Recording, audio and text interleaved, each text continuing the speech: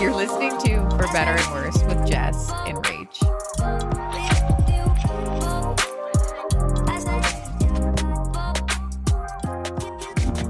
right, everyone.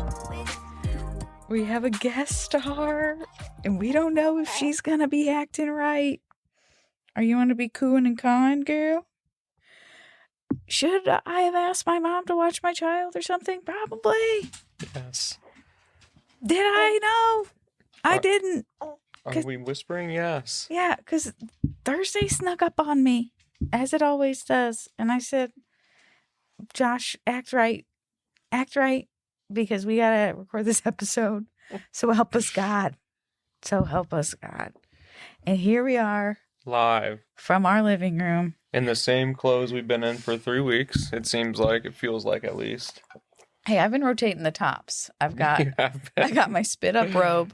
Yes. And I've got 2 flannels because at all times I have to have my boobs access to this machine, my hospital grade pump, and the tits have got to be available. Not to Elsie because she hates them. Spoiler alert, everyone! Breastfeeding did not happen. It's still hard. It is still hard, and we're doing the one thing I didn't want to do, which is exclusively pumping. But I am what they call an undersupplier, so I don't even make enough to feed my child.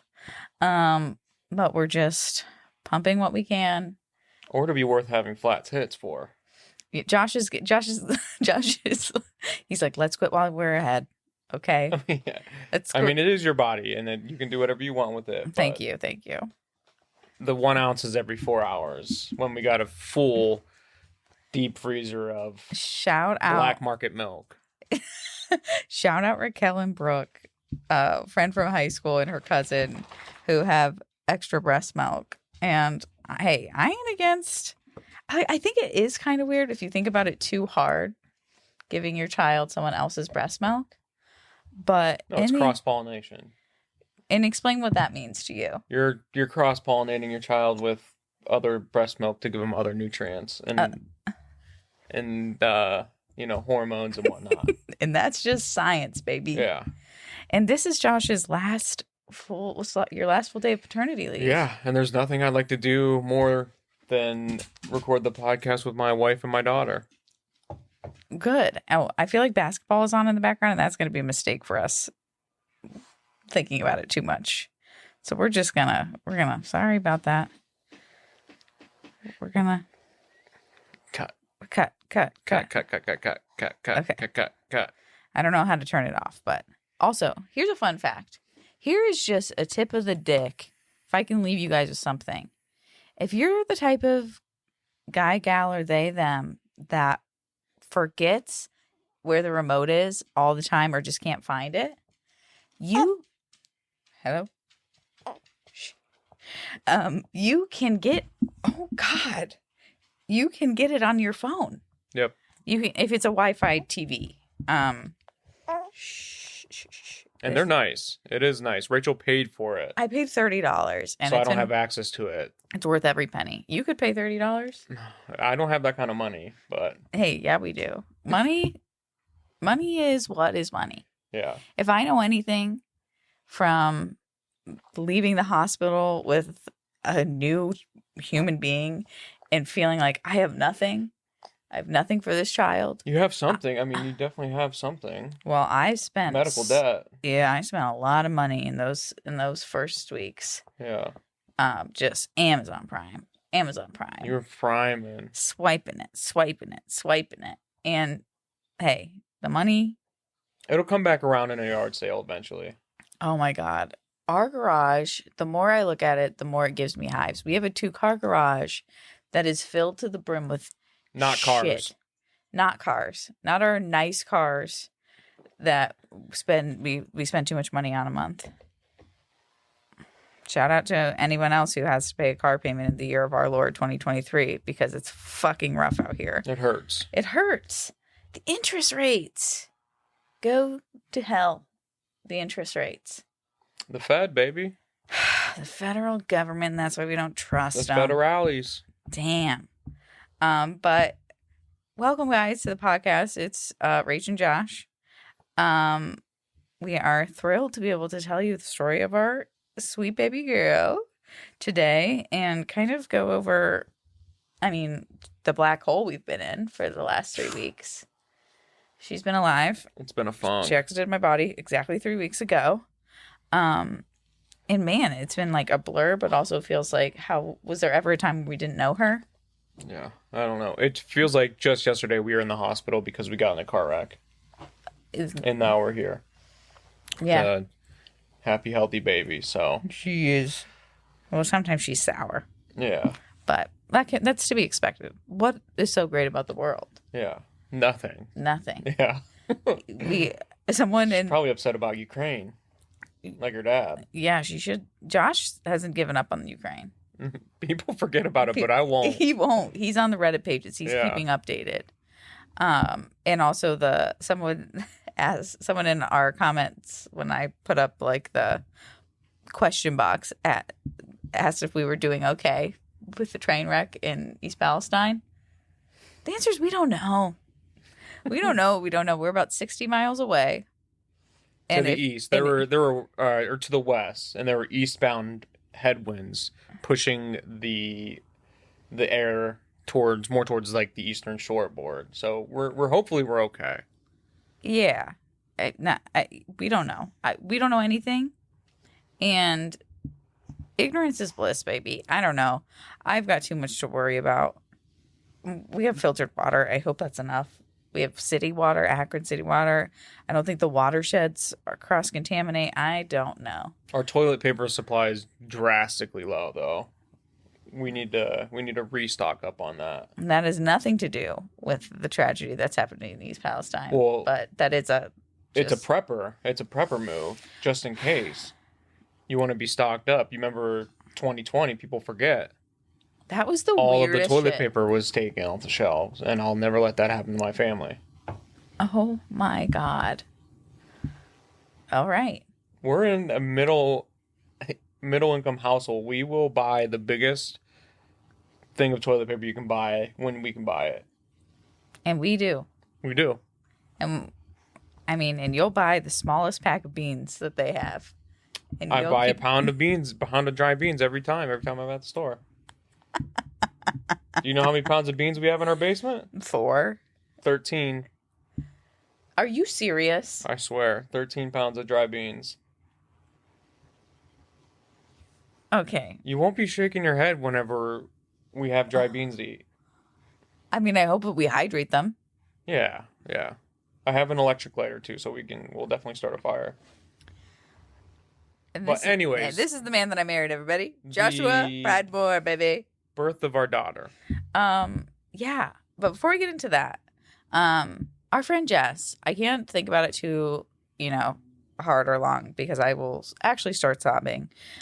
Because she is truly going through the hardest thing that I think we as humans have to go through in life. And everything that she's been going through for the past, 4 or 5 months is just coming to a head right now.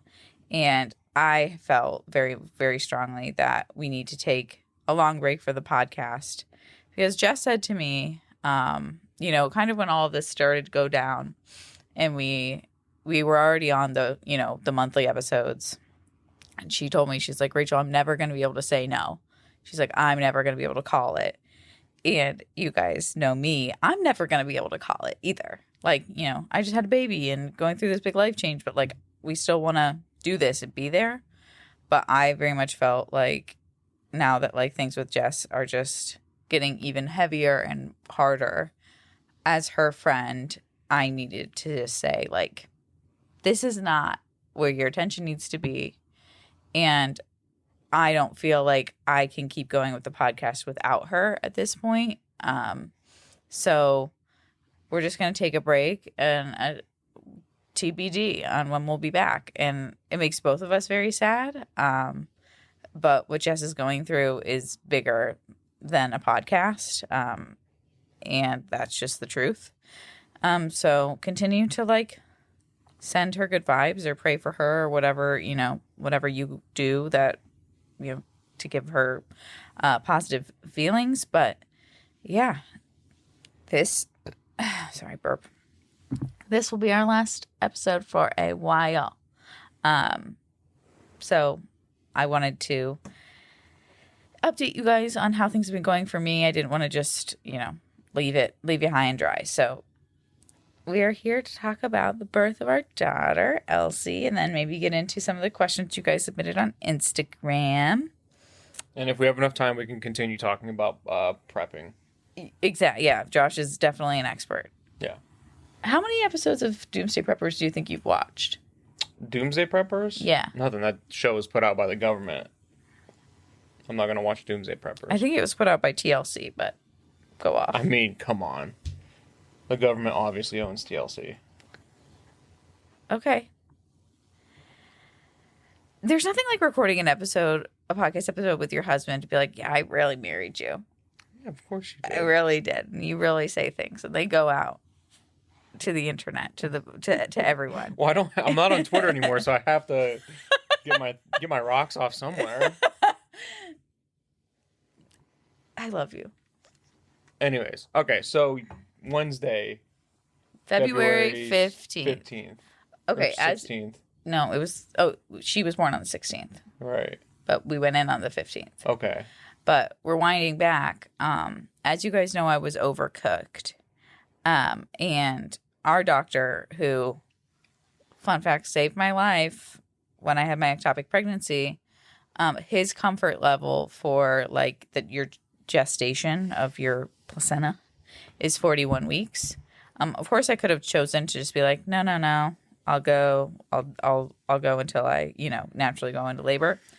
But I just had this feeling that I was going to have to get induced one way or another, because let me tell you, this girl was firmly planted in my uterus. She had no desire to be born. No, she didn't get the memo that you ate all those dates. No, she didn't get the memo about the dates or the sex or the spicy food or curb walking or the raspberry leaf tea or the curb walking or the going to the gym and walking on the treadmill at 39, 40 weeks pregnant. Which is ridiculous. I look like a monster. She didn't get the memo. And so I just was like, all right, we'll do this. And a lot of you guys asked if I had a birth plan. We had an extensive birth plan. We had an extensive birth plan. As soon as I accepted the induction and ended up needing to go through with the induction because I was 41 weeks pregnant, everything was thrown out the window, because my whole thing was I didn't want to be on Pitocin, because I knew that if I was on Pitocin, I would probably get the epidural, because Pitocin contractions are a lot stronger, more intense. And I'm not here to pretend like I'm a strong ass bitch. I'm not really. I just wanted to see what my body was capable of doing. I'd say you're pretty tough, but yeah, I mean, Pitocin battles with the best of them. Well, and it was Pitocin, and we'll start. Okay, so right, I accept the induction. We go in on February 15th at 8 a.m. So exciting. Well, let's back up just an hour. Yeah. Oh. We go to Bob Evans. For the last meal, because you never know if you're going to have to get a cesarean section to where you won't be able to eat. Spoiler alert, I ate when the nurses weren't in the room. Right. So we get the Bob Evans. We put in our order. The Bob Evans by our house couldn't be moving slower. They are in no rush. Absolutely no rush. They got the morning crowd in there. They got the geriatrics in there drinking their coffee. They have nowhere to go. But we have to have a baby. And so literally we're like giving the eyes to the waitress. I was a waitress. I know the eyes. It's like, hey, lady, what's going on? I'm like, because when we got there, there weren't very many people there. There was one table, I'm pretty sure. It literally was like 35 minutes waiting for our food, which is like eggs and toast. Like, what's going on? So I scarf my food down. Josh gets his in to-go boxes because we're about to be late for our own baby. But, spoiler alert. You can't be because homegirl took her sweet ass time. Full panic for no reason. Truly. But, you don't want to be late. You don't want to give a set a bad example, or put the wrong shoe on the foot or whatever they say. Yeah, that's exactly what they say. You nailed that. Thank you. I know things. Yeah. So we get there and my doula is there. Christy, shout out. Could not have done the marathon that my birth was without this woman. Oh my God. So we get in there and I was told by my doctor on Monday, now it's Wednesday, that they should be able to just break my water to see if I will go into labor naturally. He assumed that you're going to dilate further. Yeah. So you didn't. So, yeah, and I didn't. So he was thinking I was 3 centimeters dilated. And then I got there and I was still 3 centimeters dilated. But the resident that was there was like, I'm not comfortable breaking your water. And I'm like, so what do we do? Oh, boy. Tell them what we do. We do a pill called Cytotec, which softens your cervix, and a Foley balloon. Which is a medieval torture device. And also, keep in mind, so they have to put this Foley balloon into your cervix. Ooh. Have to put this Foley balloon into your cervix. And they kept on saying I had something like a posterior uterus, like something I've never heard before. I was like, I don't know what the fuck you're saying. But my qualm here, all right, is they have these dainty lady doctors with their tiny lady fingers just fisting, punching my vagina. Yeah. Trying to get up there in a way that, like, my male OB, you've seen me get cervix checks way too many times. Yeah. When Dr. Kovacevic does my cervix checks, I'm never in, like... it's light discomfort at most. But it's not like... I mean, I had bruising around, like, the entrance of my vagina because of all of these dainty lady doctors. They're punching into me. Awful. I then suggest... Also, they wear their rings sometimes. Oh, my God. Which is I'm sorry. Bizarre to I me. can feel it. I can feel it through through the fucking gloves. So they're having a real hard time placing this. And I'm just, like, in so much pain with them, like, fondling into my cervix. I then suggest, hey guys, would a speculum help with the situation? And they're like, oh yeah. And I'm like, let's do that, kids. And it worked great. And it worked great. It worked great. But the Foley balloon was a medieval torture device. And it was also terrible because I had to stay like laying down for an hour. And they're like, you should cramp for the first 20 minutes. I cramped for the full 4 hours it was inside of me. I had to get in the shower, which I highly suggest anybody get in the shower when they're in labor. Mm-hmm. It was a great experience. I enjoyed it, but I eventually tapped out of the Foley because... Yeah, the Foley balloon, they tape to your leg, the inside of your leg. Yeah, to like... They stretch it and tape it to the inside of your leg so it pulls against the tension of the tape on your leg to make your cervix bigger, right? Dilate, yeah. Dilate. So what happened was Rachel got into the shower and the hot water ended up going through the adhesive and she's like, this shower is making me feel great. Hey. And it turns out the Foley balloon had just fallen off, the tape had fallen off her leg. So it wasn't doing anything. It wasn't hurting me so bad. Yeah. Still uncomfortable, but was it hurting me so bad? But I eventually decided, like, there's no fucking way I'm going to keep this balloon inside of me. And the stress of the Foley balloon being inside of me actually made me dilate less, which is not like a clinical thing that they say can happen. But I went from like 3.5 to a strong 2. And I was just like, somebody actually kill me. Yeah. So again, the birth plan is out. My plan was, my birth plan was go into labor at home. Stay at home as long as possible. Until you're, whatever, your contractions are 5 minutes apart or 3 minutes apart and you can't talk through them. 151. Yeah. And then, you get to the hospital. Hopefully you'll be able to get in the tub and you have a baby. That's not at all what happened.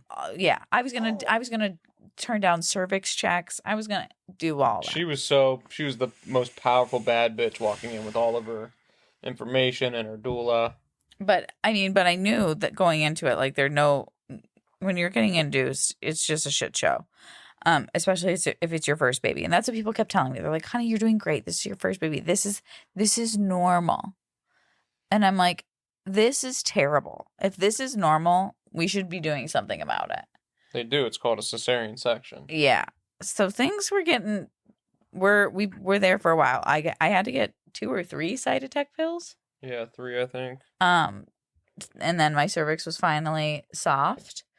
And then they start running Pitocin when I got to be like 4 centimeters dilated. And it took me like 10 hours to get there. And so now I'm like hooked up to the IV, right? Another thing I didn't want. No choice after this. I got the Pitocin running. I got fluids going. And then they break my water after a couple more hours. Yeah, once you got to a certain dilation point, they broke your water. And that's when you start to really feel your contractions. Because I think I had a lot of water. I think I had kind of excess fluid. You did. You were wet. Very gross feeling. Yeah. And someone asked, I'll answer the question, what are my must-have hospital bag items? And everybody hears this on TikTok, the underwear, the like disposable underwear for like incontinence. But put that sucker on when they break your water, or if your water breaks at home, put one of them suckers on, because I cannot tell you, I was just leaking fluid until I got the epidural and I couldn't feel it. I've never seen you that wet in my life. Damn, no, I was wet. It was lots of fluids. But because Josh was like would help me to the bathroom, and you could tell when I was peeing and when it was just fluid that was dropping out of me, and you were like, oh, not a good feeling. But and let's see. So it was around the 16-hour mark, I remember, when they checked me again. I had already been on Pitocin. And it was like 10 o'clock, 9 or 10 o'clock at night. So maybe it was more like 12 hours, 13 hours. I don't know. Long enough to be in a hospital and for your body not to be going into labor naturally, let me tell you. And they checked my cervix again, and I'm only 4 centimeters still. So I'd been on Pitocin for like 4 hours or whatever, and had the Cytotec, all that, and I wasn't progressing. And when they did this cervix check, they found that Elsie was tilted, like almost like ear down. Brat. And so it was like this unspoken thing that, like, if this shit doesn't resolve itself, we're heading in one direction, which is to the OR. You're heading to get a cesarean. So for that reason, and the reason of my body's not progressing, I need sleep. There's nothing I can really do. I was bouncing on the ball. I was walking the halls. You're doing everything. I was doing everything. It wasn't working. And so I just decided, okay, I'm going to get the epidural so I can hopefully get some sleep. Hopefully that relaxes my body to the point where, I start to dilate and progress. And even if not, I didn't want to not have the epidural and like need the epidural to get a cesarean.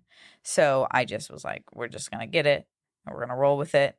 And I had a very good epidural. That was a great experience. They do not like you watching. They don't like people watching. Because I guess people faint. Like you couldn't. I thought, you know what I thought? My dumb brain thought. What? It's like somebody's gonna see this and learn how to do it and start doing it themselves, and like as a side hustle, in anesthesiologist. Josh, They're like, it's like a super secret trick of the trade that they can't let anybody see. No, it's just like a very long needle that people faint from. I get that, but that's what my initial thought. I was like, wow, okay. You don't want me to know? Yeah, like you don't want us to know how to do this? All right. Oh my God. That was my dumb brain thought of the day. We were going on hour 12, 13, so. But the epidural, the only negative thing about the epidural, and I remember this from my ectopic pregnancy when I have like the nerve block, whatever anesthesia or whatever happens, I get the shakes bad. Like my full body shakes. So I wasn't really able to like actually fall asleep until they gave me Benadryl, and that helped. Boom. Boom, fell asleep, got up like Benadryl is such a miracle drug, whoever created it. Hey, and a lot of people abuse it, but it was good. It was good for me in those moments. I got about 3 hours of sleep, which is not a lot, but hey, that's all I get now. Those are the only stretches I get now. Is that you? And I woke up in the morning. They checked me again, and I am 7 centimeters. And Elsie strained up. So we are good to go. Cooking with gas. So we're on, like, it was like 24 hours after we got in there. Yep, on the dot. 24 hours. All right, here we go. It literally took 24 hours for me to consider myself like, okay, now I'm in active labor. Because I was feeling my contractions. Even though I had the epidural, I still very much felt them, felt the pressure in my pelvis. I could still feel my legs, and I was able to, like, move around a bit. So my nurse in the morning got me, put a peanut ball in between my legs and just moved me twice. Like, I think it was like 30 minutes on the right, 30 minutes on the left. And then I was fully dilated. It just happened so quickly once we woke up in the morning. And can we back up and shout out to the nurses on staff? Yeah. They were killer. Night shift nurses hit different. The night shift nurse that we had, just a brute of a woman. Yeah. Takes no bullshit. Yeah. And it's my way or the highway in the best way possible. So when she was on shift, it was annoying to me, but also I get it. Because she's just, she's coming from 20 years of being a nurse, right? And this is my first baby. I've been on Pitocin for hours. I'm not progressing. And she's just, one of the first things she says to me is like, why aren't you getting the epidural? Like, why isn't this happening? Because I think she's just like, I know where this is going, and why are we bullshitting about it? Yeah, let's stop.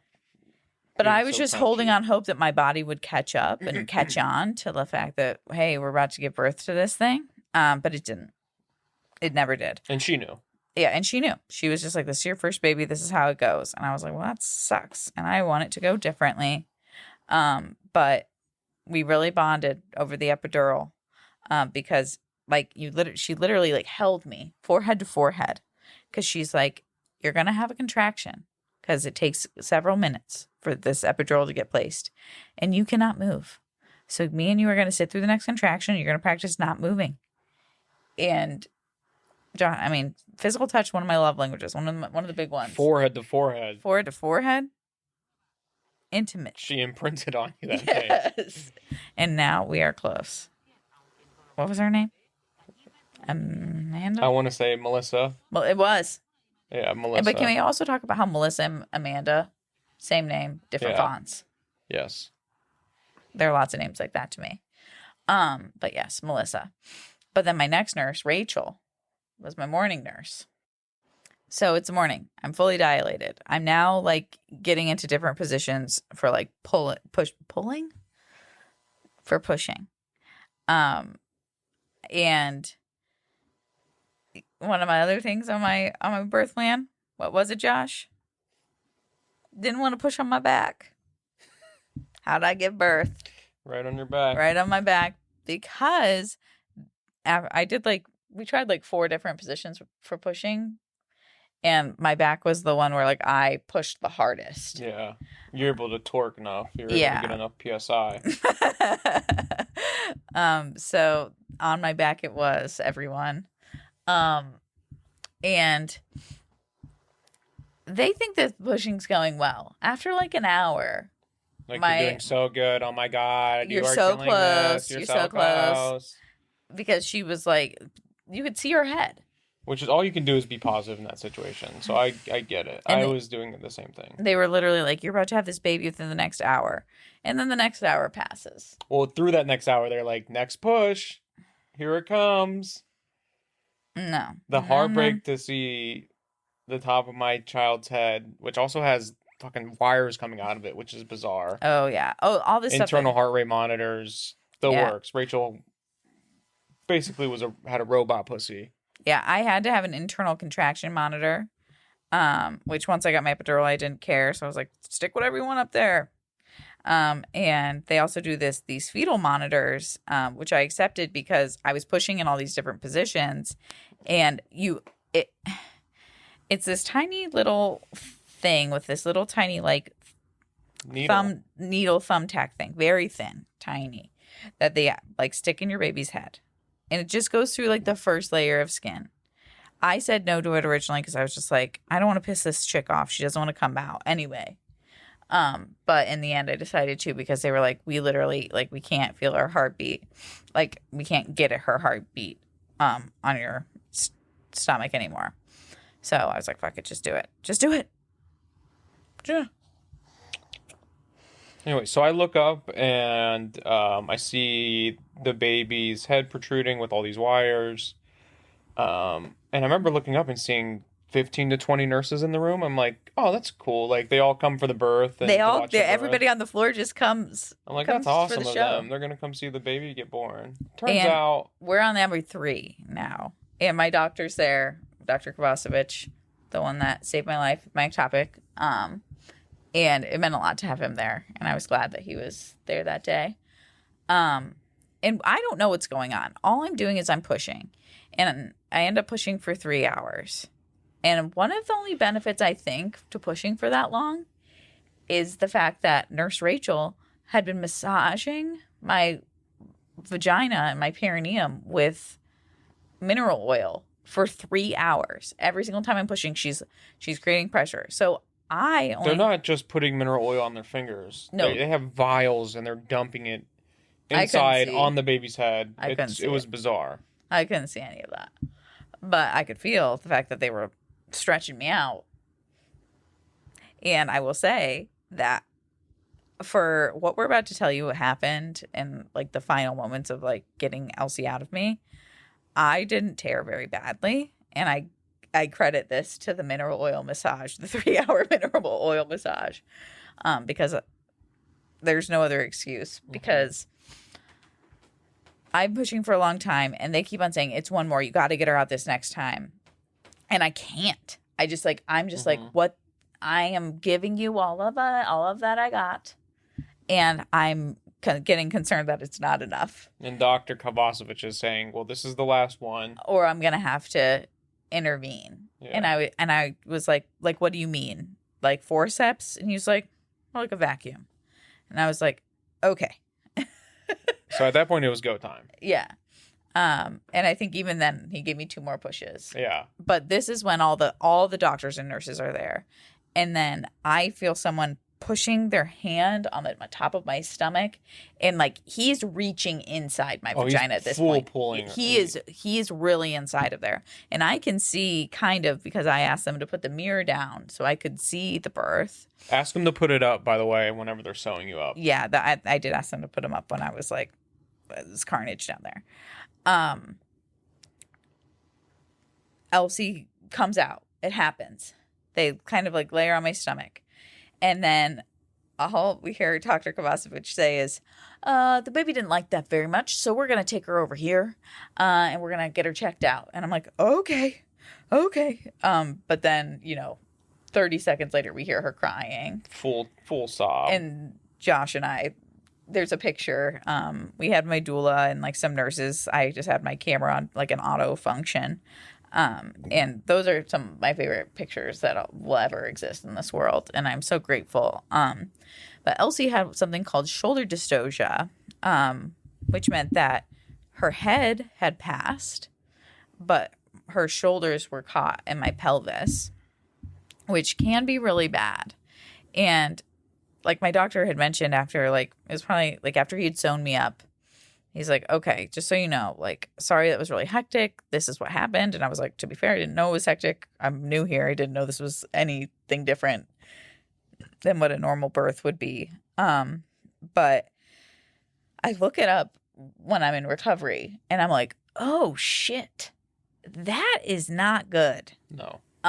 So I had like the best case scenario of like a pretty rare and terrible thing that can happen during labor. Because it's dangerous because the babies have this like reflex that once their faces touch like air, they start trying to breathe through their lungs. Makes sense. But Elsie was caught in my like canal for so long, that sometimes babies get caught in there for too long and then like can suffocate or can lose so much oxygen that they need to be on oxygen for like hours or days. So we were very lucky. Elsie just had some soreness. She had blood vessels burst in her eye. Yeah, blood vessels burst in her eyes. But overall she was healthy and, great.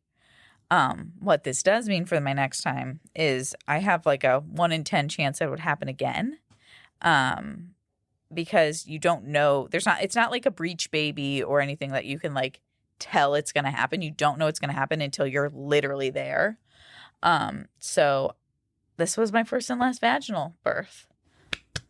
First and last, we'll be going operating room next time. Scheduled C-section, which really bums me out, but I've just accepted that I ride on the wave of better safe than sorry, for sure. When it comes to your child, yeah. Right. Like, I didn't eat lunch meat for the 1 in 1 million chance of getting listeria and having a stillborn because you get listeria. Disease. What? Listeria. It's a pirate disease. Is it? Are you thinking of scurvy? Well, scurvy is too, but anyway, so Elsie's born, and they push out your guts. Dr. Gavazovich twists out your guts. Gets my placenta out. And holds it up like it's, I don't know, like a damn trophy. And a science experiment. It was cool. Shows us all the different piece parts of your placenta. He's like, this is where you had your amniotic fluid. And I loved that.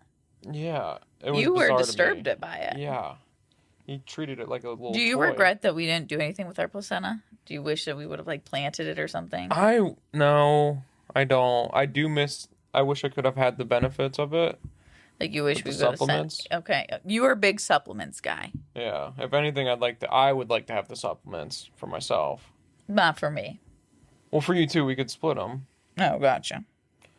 But yeah, I wasn't super bummed about it. It seems like a lot. It seems like too much work. And who knows how much any of that costs? We didn't. I was like, that's one thing I'm not looking into, and I'm not thinking about. Yeah. I was letting my placenta go into the trash. Yep. So that was the birth, and then me, Rachel, and her mom all sobbed in the room with the baby. Cher could not get it together. Cher was crying. Yeah, because I was very hungry, and I kept saying that during birth when I was pushing. I'm like, I'm just so hungry. Because once I thought that I was gonna get a C-section, I stopped eating. So the last thing I ate was probably like 3:00 the day on Wednesday. We got like a late lunch, early dinner situation, and I ate, even though I wasn't supposed to, but I did anyway. Because you're in labor, it's so hard to keep your strength up. But when there was a high possibility that I was gonna have to have a C-section, I stopped eating because I didn't want to aspirate on my own vomit or whatever. And the other thing that was funny is, so we had our doula, Christy, who was amazing, and who really helped us make all these new decisions that they weren't a part of our birth plan. We were in uncharted waters. She really helped guide us, and, she was absolutely the best doula part. just slows everything down and hold on, let's talk about this decision, and then we'll make the decision. She was so good. They're awesome. But she was also hyping up Josh. And at one point she's like, Josh, you've been doing so good. You've been here the whole time. And I say, I'm sorry. If our compliment to men is you've been here the whole time, the bar is on the floor. I'm like, of course he's been here the whole time, Christy. You got some laughs on that one. I said the Raucous bar. laughter. The bar is on the floor. And Christy was like, "You're funny even when you're in pain." And I was like, "You're like, yeah, I take after my husband." No. When you're in pain, the last thing you are is funny. Yeah, that's true. You're in a full-blown panic. Yeah, nobody wants to be in pain. No, but... And I'm not going to be shamed for being uncomfortable when I'm in pain. Sorry. Yeah. But I stand by the fact that, like, going through transition and, like, pushing and all of that it was not like the worst pain of my life. I think, like people say, that was like pain with purpose. Like, I think I was never afraid of the pain. I was never getting like, hit in the nuts. That's pain. Pushing out a baby, like you said. I'm so really sorry for this episode, everyone. Isn't even really that. Maybe I'm a little sleep deprived, but my husband is annoying me. We've been together for 3 weeks straight. Nonstop. Not funny. Okay. Boo. But it was not like a terrible pain. And I know I had the epidural, but like I still very much felt what was happening in my body, like the pressure in my pelvis. I felt, but I don't know. I feel very lucky that I got to have a vaginal birth and know what that experience was like. And I just want this to be any sort of encouragement to anyone that like it is not like, it's not that scary. No. I mean, it can be, but I don't know. I felt very prepared and capable. And I kept saying that to you. Like, I very much would look at you and I'm like, I can do this. I can do this. Like, throughout it was the pushing. Yeah, it was awesome to see. Do you have any highlight moments from? Just the one where it was like, she was crowning at like 11:34 and I'm like, babe, it can't happen right now. I'm sorry. 11:34 is like, I see it all the time. It's hell spelled backwards and it freaks me out. It's a number that freaks me out. And I was like, it can't be this contraction. She's like, shut the fuck up. I know. And she came at what, 11:53? Yeah, thank God. 11:53 a.m. on February 16th, 2023. 28 hours. 28 hours of labor, but also some of it wasn't labor. 28 hours in the hospital. Yep. 28 hours in order to get this Gail here. And here we are celebrating her 3-week birthday. And kissing her face. Oh my goodness. But my recovery, a lot of people asked about that. Like, how's my vag? Vagina's good. 3 weeks. I worked out for the first time yesterday. Pooping is still not great. I'll say that, but that's because I have like internal hemorrhoids. It's never been your specialty? No. So pooping doesn't feel great, but my vagina does not hurt and my stitches don't hurt anymore. 2nd-degree tear recovery was fine. I mean, not like comfortable, but yeah. And you know, it is a little crazy though that you go through birth like that and they just give you ibuprofen. I know, it's bizarre. It is a little bizarre. I will hook say, a girl up with some hardcore narcotics. I think that's because if you're breastfeeding, I don't think you can take them.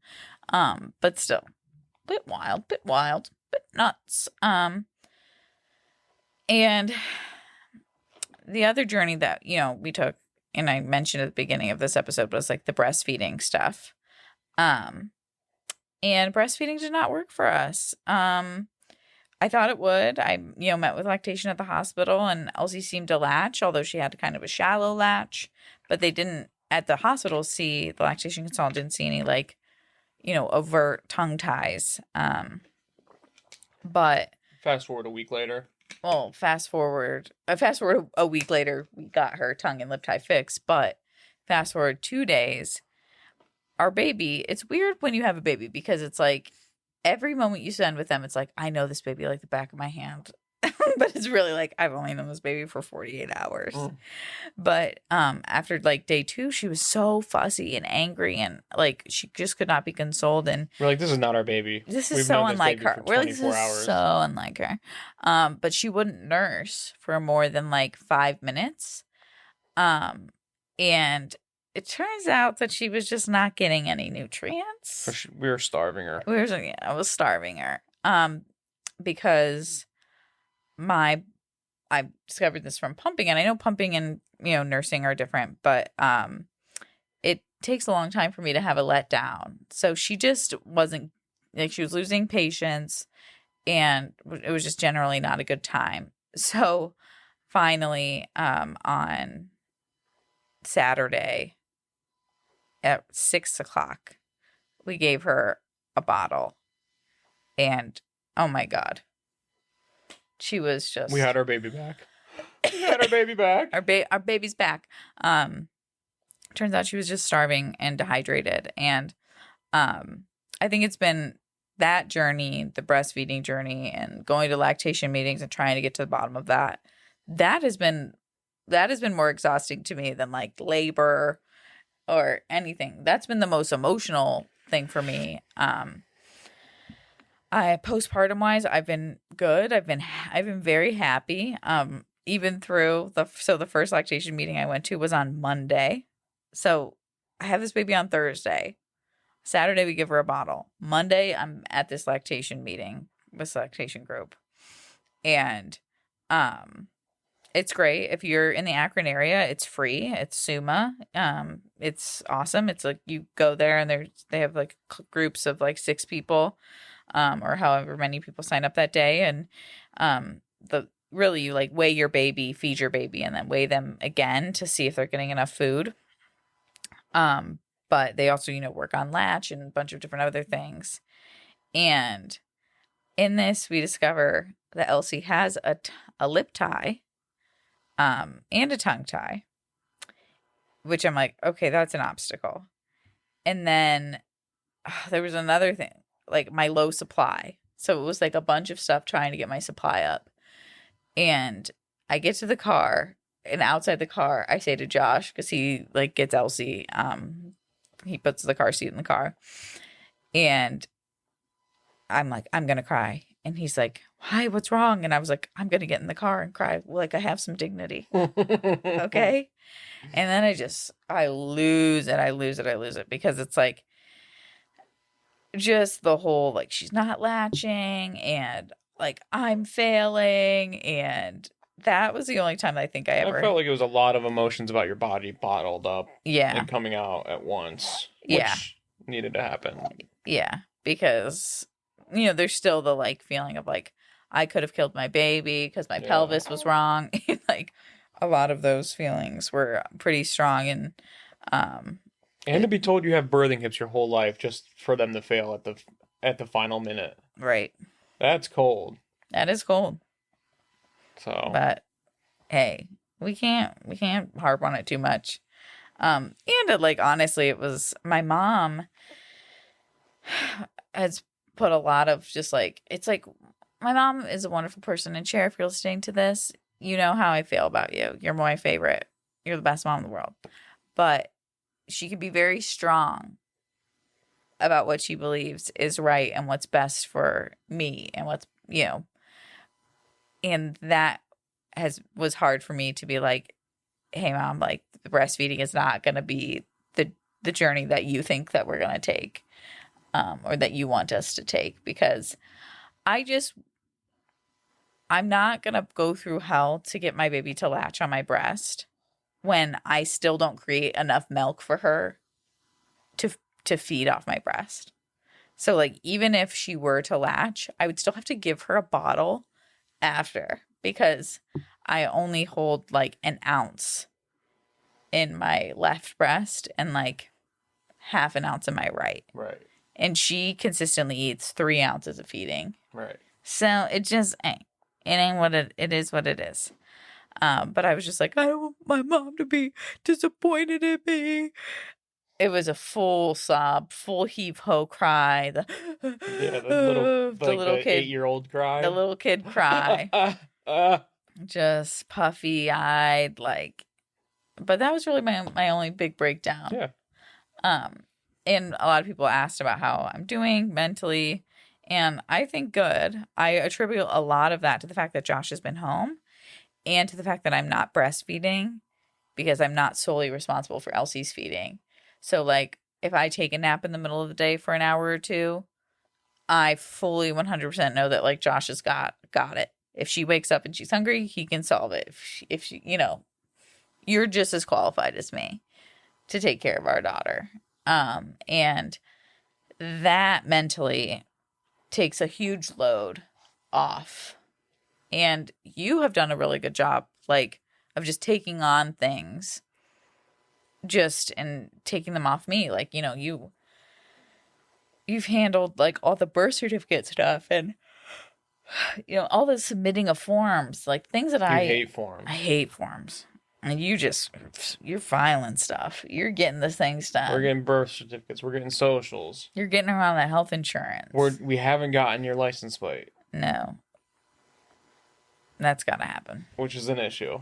It'll happen tomorrow. Let's say tomorrow. Okay, yeah. Let's put it on. Can we just put the birth on the back burner real quick to talk about the license plate situation? Yeah. Because Rachel Roche is so bad at shit like this. It's unbelievable. She's like, what's my license plate? What's my temp tag say? March 12th? Oh, we got time.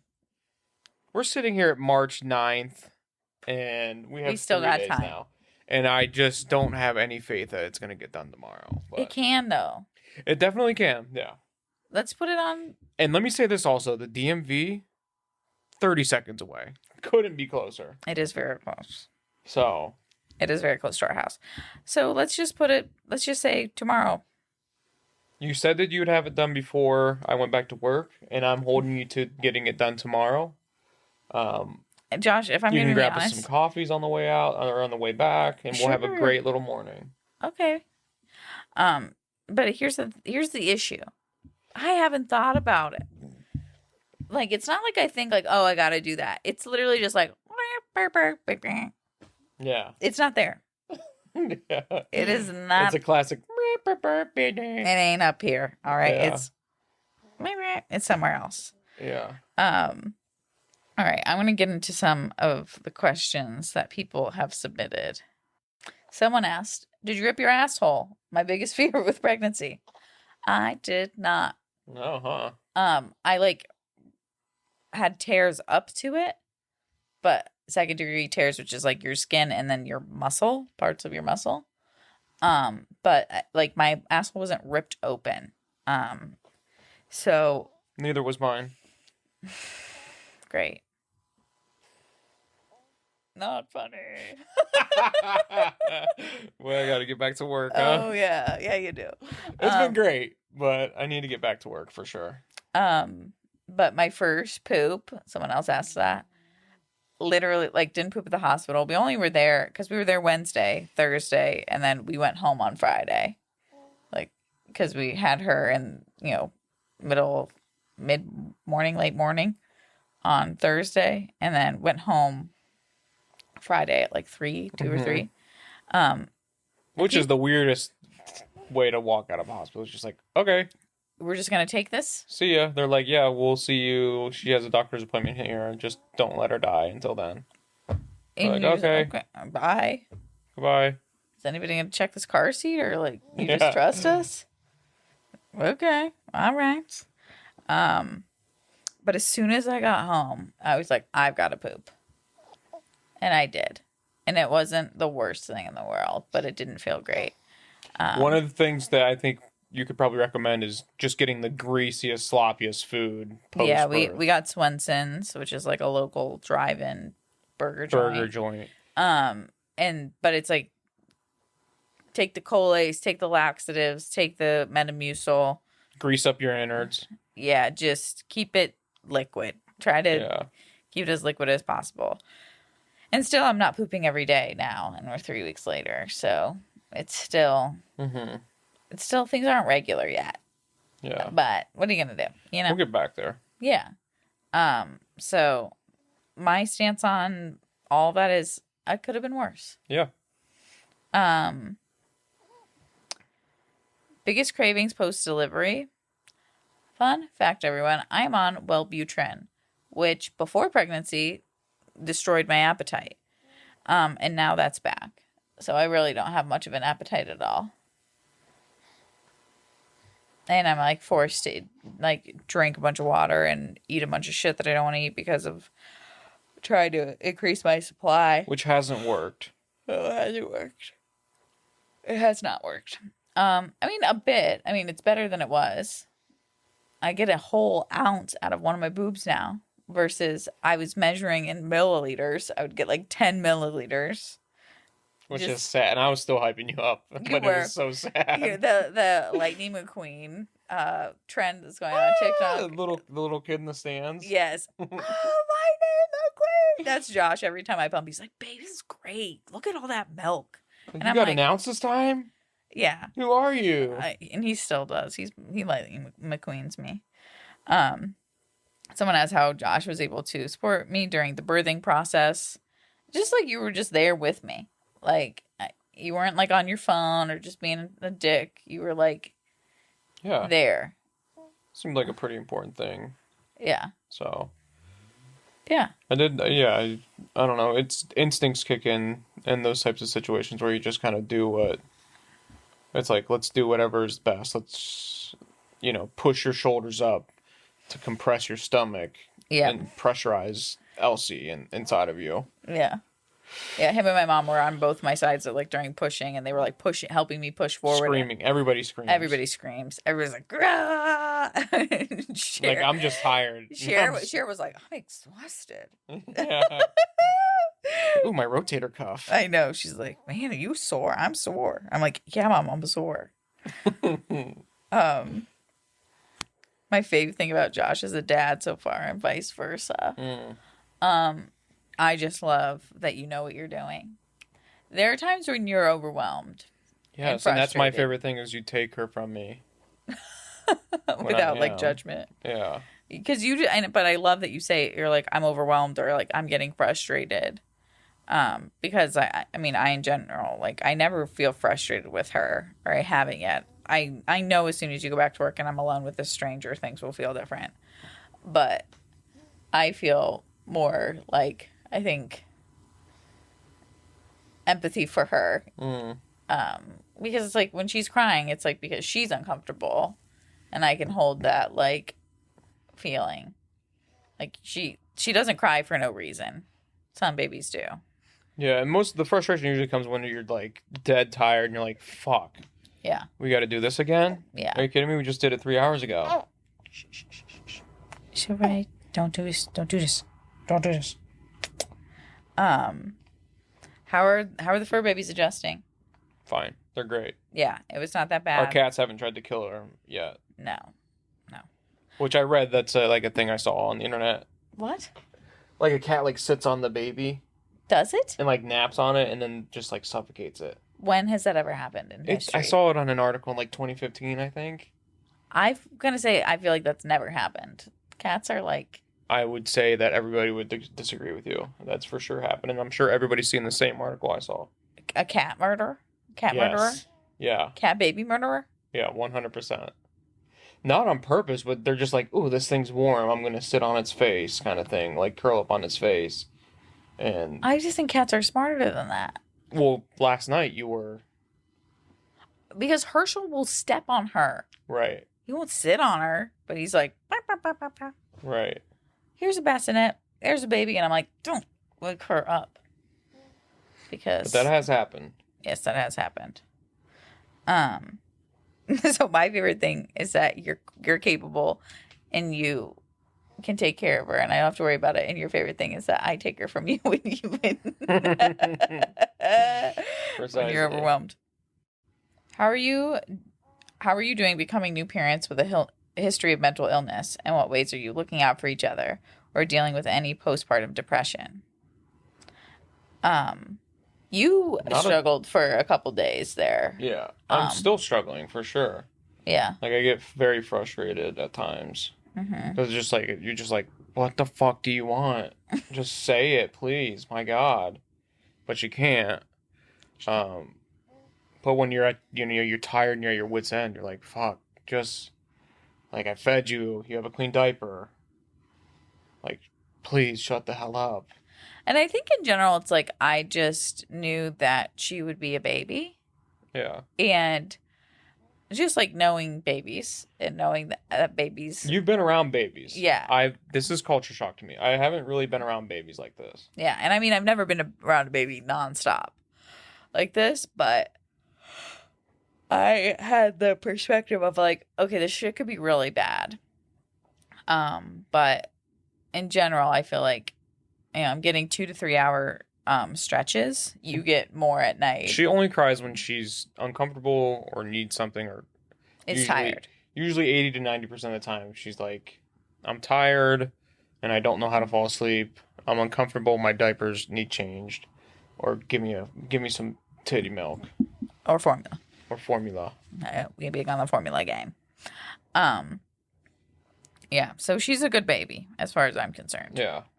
But I haven't had any postpartum depression or anxiety yet. Again, I feel like that might change when I'm more on my own.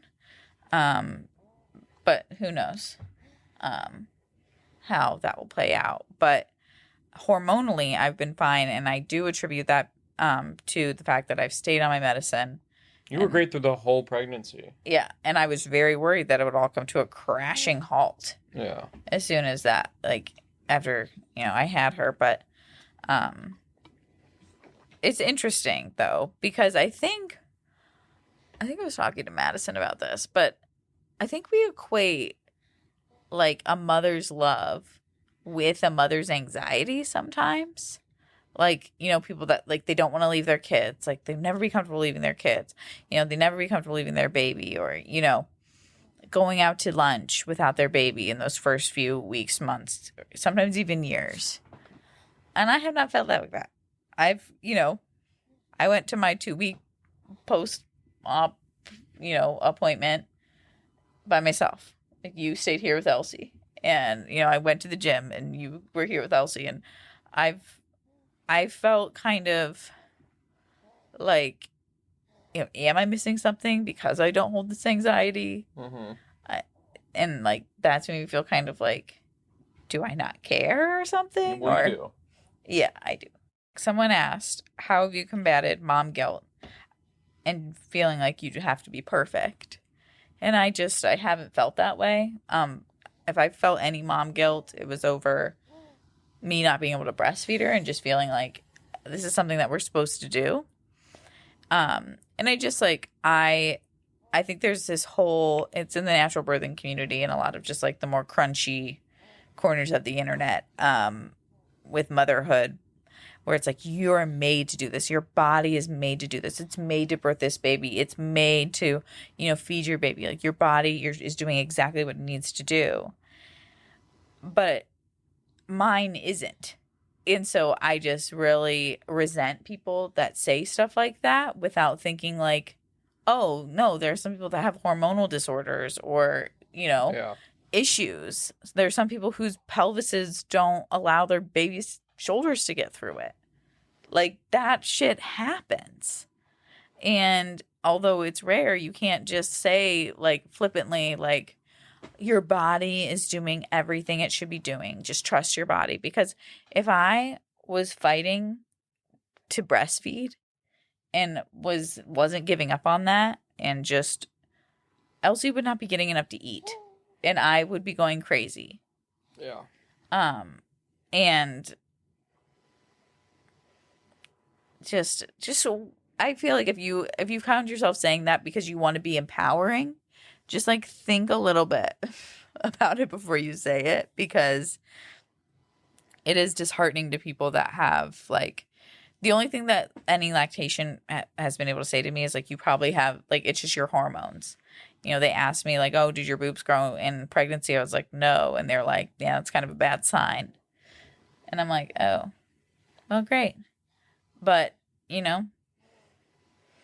other than the feeding stuff, I have not felt like, I'm not everything else he needs me to be. Right. So that's good.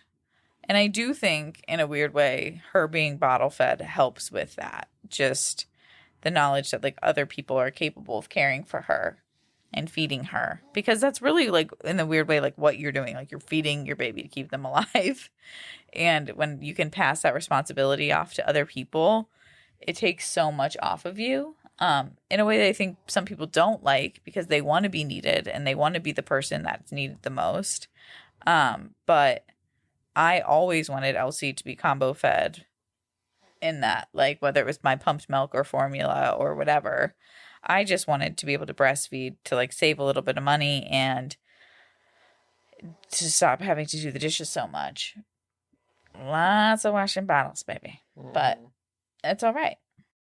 How have you felt with like fatherhood stuff? Is it what you thought it would be, or are you feeling pressure, anxiety more than you thought, or just the right amount? It's nice to have like a driver.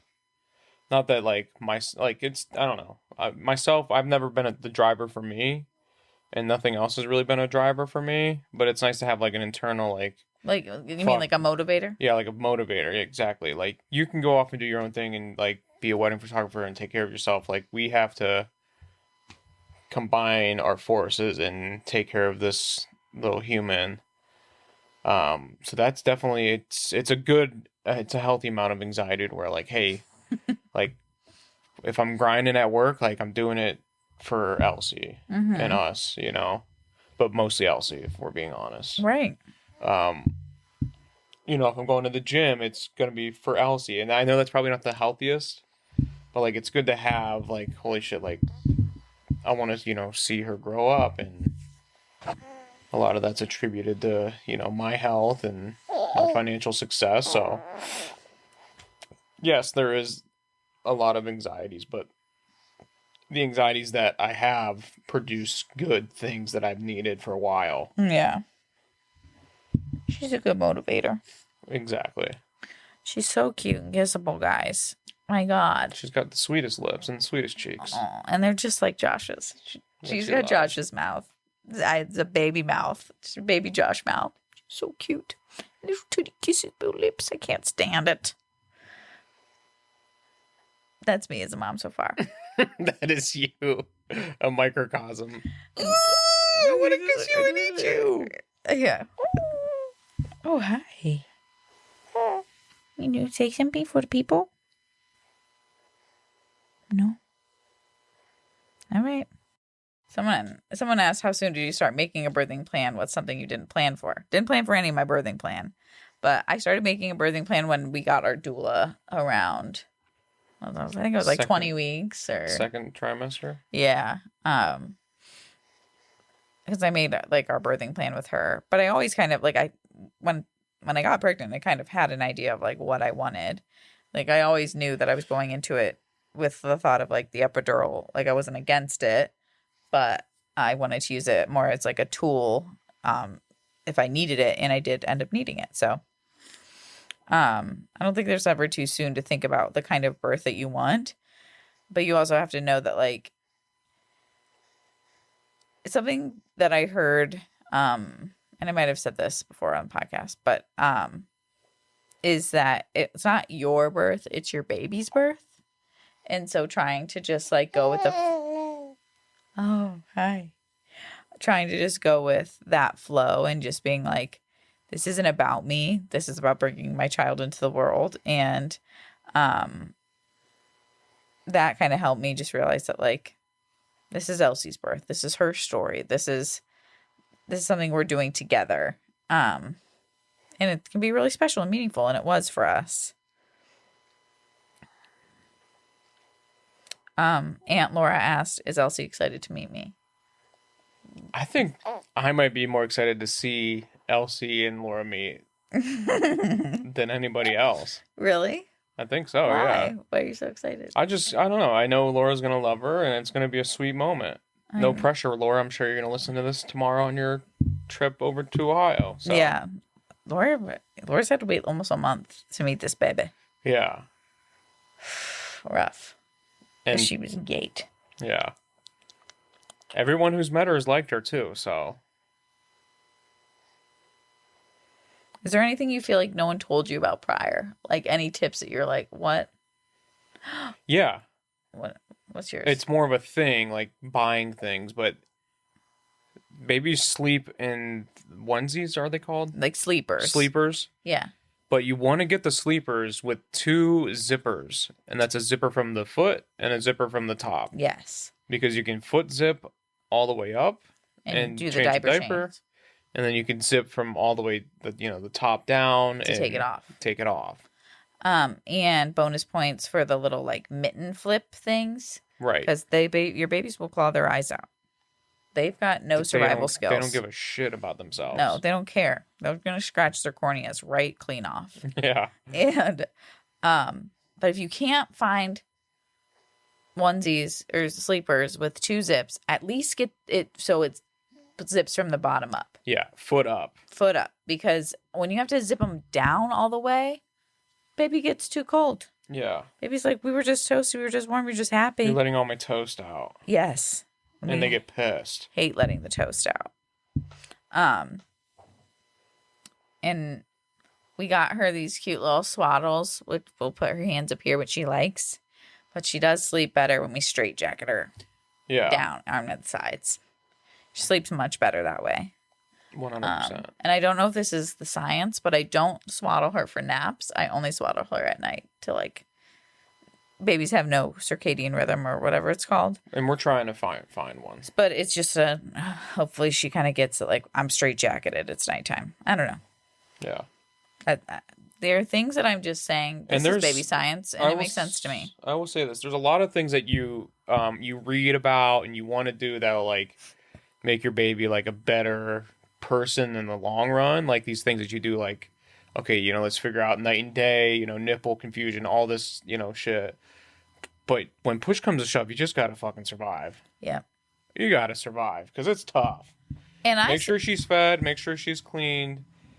And keep her alive. And if you're doing that, you're fucking fine. Yeah. Is what I've understood. And I've said to my mom, like, this ain't the 90s. Oh. Shh. It's okay. It's all right. Ladies and gentlemen, Elsie Jean. Hey. I said to my mom, like, the 90s must have been a wild time because y'all were just operating on a ignorance is bliss. Like lead paint, I don't think lead paint, but also our crib is rusty also wood. nails. Well, I lived in Wyndham, so I had a different experience than most. But yeah, that's true. Moldy trailer, probably. Moldy trailer. Smoke inside Pot trailer. smoke, like Pepsi in your baby bottle. Yeah, but like bumpers on the cribs. Like my mom was saying, like, oh, if your baby sleeps in the swing, like just keep her in the swing. Put your swing in the room. And I was like, Mom, we can't do that anymore. She's like, why? I was like, I don't know, because we just can't. Like, you're not supposed to keep your baby in the car seat if we're sleeping in the car seat. I'm like, there's just so much shit. And it's like,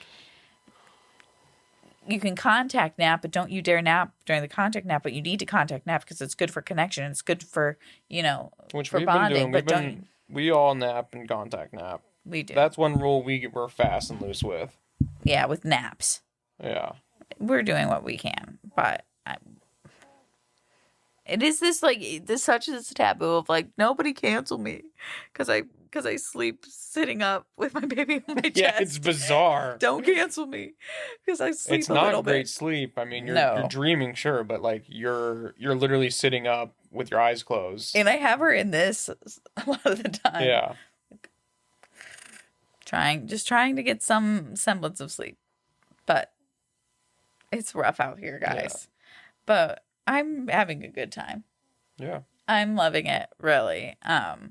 We'll see how I feel when I have to like balance like work back into things, which needs to happen within the next few weeks. I have to start editing. You kind of started today a little bit. Yeah. I told my client I'd have them photos by the end of the night and they won't have them. So I have to text her again and be like, sorry about it.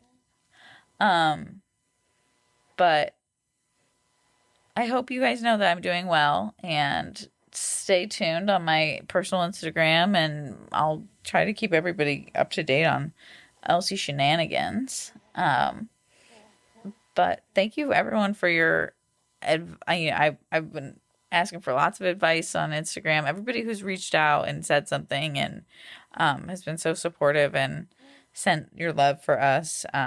We love being this baby's parent. Mm-hmm.